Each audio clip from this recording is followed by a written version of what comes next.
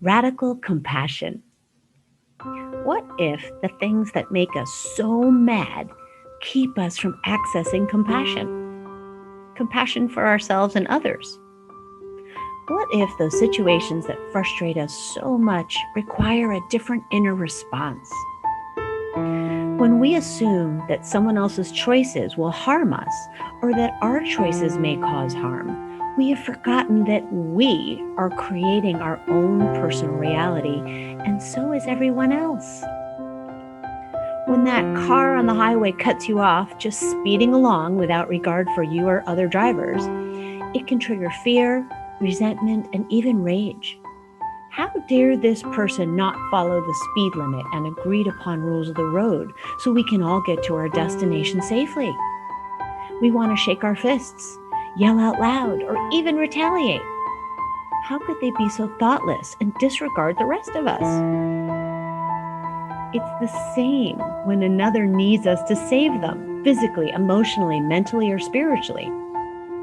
While we may feel the value of being needed, if we focus on saving ourselves instead and allow them to save themselves, we may feel guilty or like a bad person. When we assume that our loving choices can harm another, we have again forgotten that we are creating our reality, and so is everyone else.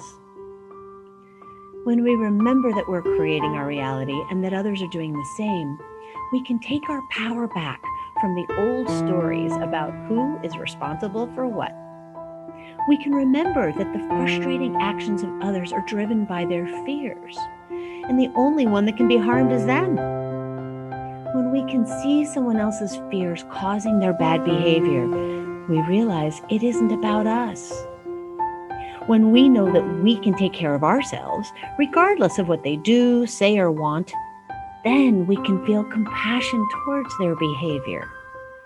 When we focus on saving ourselves, we can see others as capable of saving themselves and support them in ways that work for us.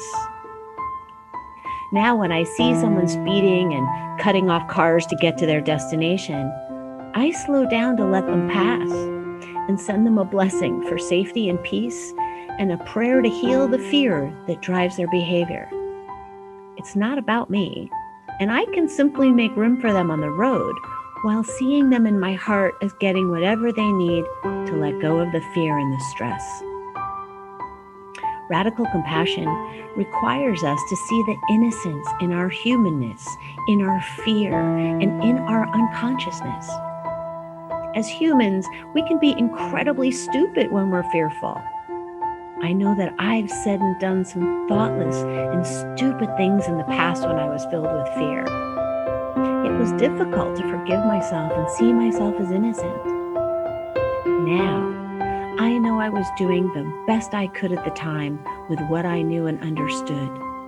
And I hope you'll let yourself off the hook as well. Where can you allow radical compassion to blossom in your life?